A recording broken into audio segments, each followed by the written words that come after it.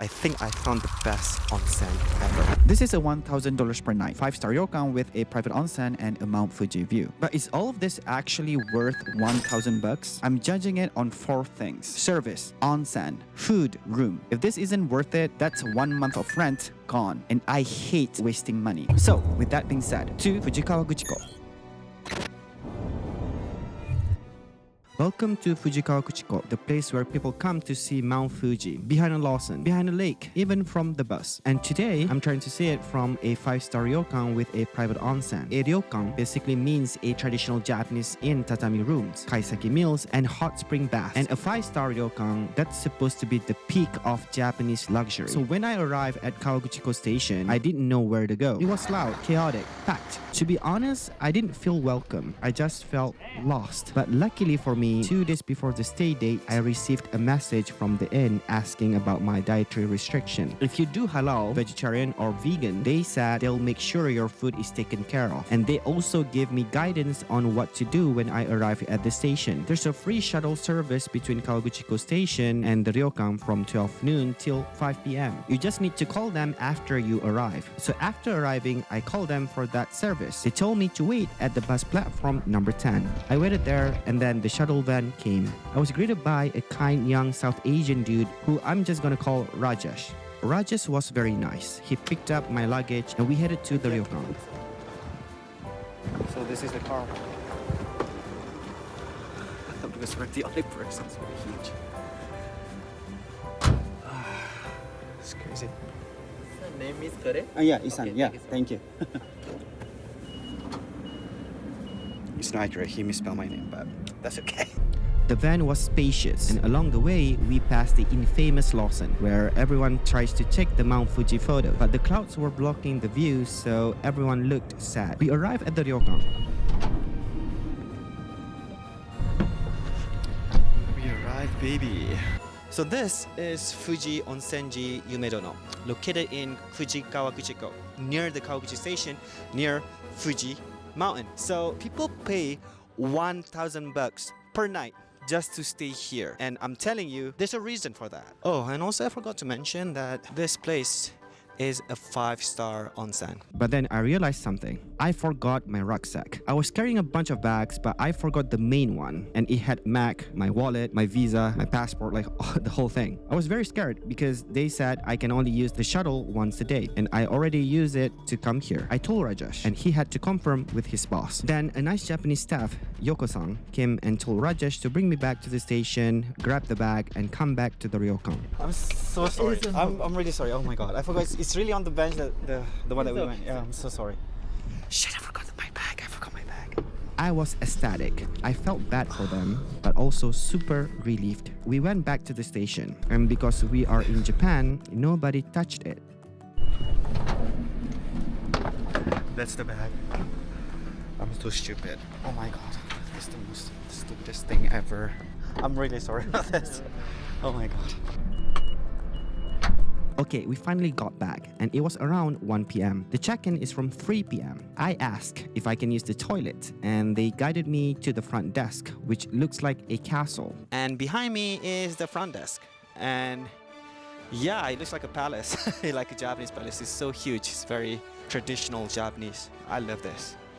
And you can see here, here's the sign of the front, which means front desk, which is this side. With a lounge in it. The toilets were super clean. They told me I can rest in the lobby or go wherever I want to. I went to the main gate. So the first thing that you will notice when you arrive here, at the front gate, there's this beautiful maple tree. It's red in color. It's so beautiful. I'm like, are we in anime or something? Like, this is like anime level shit. It's so beautiful. The main gate has this distinct serene Japanese vibe with a huge maple tree on the side. It honestly feels a bit like Kyoto, but just way calmer without the crowds and chaos. And then Yoko-san came to me and said, "We finished the room early. You can get in." Now it is time for the room tour. Yoko-san brought me to the living room and asked me to fill up my personal details. Then she explained to me about the room and also asked what time I want to eat breakfast. 明日の朝食のお時間は8時です。8時40分ですね。かしこまりました。で、私たちのスタッフが朝食の5分から10分ぐらい前にお部屋に呼びに参りますので、お部屋でお待ちください。で、レストランにご案内いたしますね。はい、ありがとうございます。Then Yoko-san gave me a quick room tour. I booked the second most expensive room in the place. It was massive. It's for 2 people. You get 2 huge ass bed. It could be like an apartment size, just for the bed. The reason that they lifted it up like this is because Bhutan is known to get cold during winter. By doing this will keep you warm. And the TV. 2 huge ass TVs. So like I said, there's a huge ass TV over here, around like 42 inch or something like that. You can literally chill on your bed like this while watching TV. 1 huge living room. Right, so this is the living room. It's pretty huge. And 1 Japanese style tatami room. And yeah, you have 2 chairs, one over here, one over here. You can see the koi fish. Here you can see the Japanese garden while sitting here. Yeah, you can chill like this. And this is also part of the room. It's the veranda of the room. It's pretty huge. And then my favorite part, there's a koi fish pond. Behind me is the pond, the koi fish pond. This room is amazing. I don't want to go home. This is like 5 stars. 5 stars for sure. And a private onsen outside. Now this is the onsen. It's preheated to 40 degrees, and if you want more heat, you can ask the front desk, call them, and they will just increase your temperature. There's also a balcony with chair and small cute garden. The garden doesn't look that healthy because it's fall right now. Alright, so behind me right now is the man-made garden just for your room, but as you can see, it's all like a bit sad. But I'm pretty sure in spring it will look great. So yeah, at this point, I'm just chilling inside the Ryokan. And suddenly, Yoko-san came again and told me about an event near the Ryokan called Maple Road. She said you can see Maple with Mount Fuji. I told her, amazing. I'll go there tomorrow after checking out. I mean, I booked the room for $1,000. I don't want to waste every single minute not savoring it. It's the camera. And then yeah, this is the chair, right? You can see Fuji like that here. This is the view. It's pretty crazy. And then it became night. And for some reason, I really wanted coffee. Luckily, the place has an all-you-can-drink wine bar and coffee. And lucky me, there was an all-you-can-drink Starbucks barista machine. So yeah, I abused it. Okay, I mean, I only drank twice, but you know. Then I went back to the room and I chilled in the onsen at night. It was peaceful. After that, I changed into the yukata they provided, went to my comfy bed and watched my huge-ass TV right in front of me while chilling in the bed. And after a while, I felt tired and went to sleep.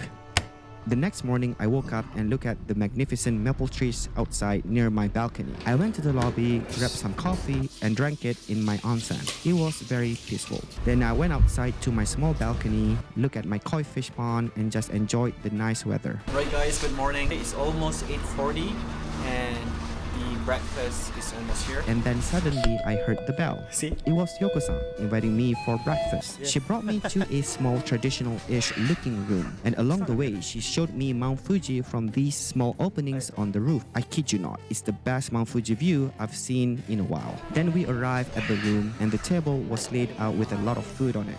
So this is how the room looks from the top.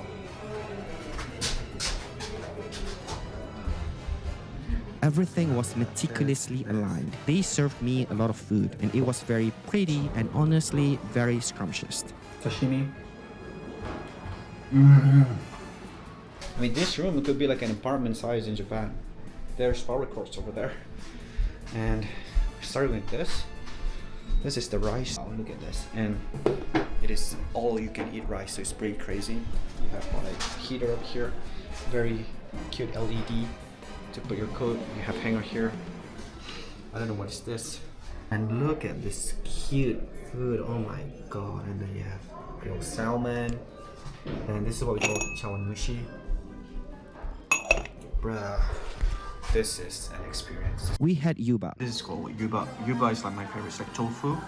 So like tofu strip. We had eggs with this cute small leaf on top. And we had salmon. And trust me when I said that was the best salmon I had in a while. Maybe I was hungry. I'm enjoying it. Maybe the whole experience itself is like $1,000. You know, it felt luxurious, magnificent. Nobody knows. But what I do know is eating breakfast in your own small space, wearing yukata with sunlight shining outside is the most serene feeling ever. After I finished, I went back to my room. Then it was time to go home. I packed all my stuff and and with a heavy heart, I brought my heavy luggage outside. I told them to take care of it because I wanted to go to see Maple Road that Yoko-san told me about. I asked them to book me a taxi around 1 p.m. It was around 11 a.m. at that time. So then I began my search for maple trees. First, I went to this gondola place where you can ride up and see Mount Fuji with a beautiful view. I really want to do it because the weather was so great, but the waiting line was more than 1 hour. 45 to 60 minutes.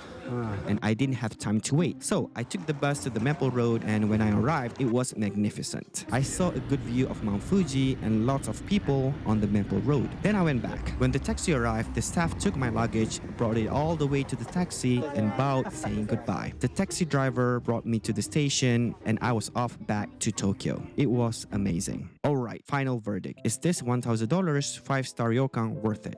Yes, for the whole experience. And when I said at the beginning, I think I found the best onsen ever. I mean the experience. The service, the privacy, the atmosphere, the food, the room, the way they handle problems, the way they take care of you from the station to the taxi, that part felt very premium. The private onsen itself is amazing. It's relaxing. It's quiet. It's truly private. My only complaint is the view. It's not that it's bad. It's just, it's not Mount Fuji in your face while you're soaking. And for me, that's the dream, right? Like at Hilton Niseko, you soak and the mountain is just right there in front of you, but that kind of view usually costs more. So here what I'll say. If you want one once in a lifetime luxury ryokan night with a real privacy, this place is worth it. If your number one goal is an insane mountain in your face onsen view, this isn't the place for you. Service 10 out of 10. Food 9. Room 9. Onsen 8. Only because of the view. And if you know an onsen or a hotel you want me to test next, drop it in the comments. I will go, I'll pay, and I'll tell you if it's actually worth it. Also comment if you want a full guide of Kawaguchiko. By the way, I put all the guides and all my learnings about going to a 5-star ryokan, the hidden gems of 5-star ryokan, in my app, so do check the link or scan this QR code to use it. So like and subscribe because I'm going to give you the 2026 update on what you should do to prepare for the #1 ski resort in Japan, which is Niseko, before you go next year. Bye bye. Love you guys.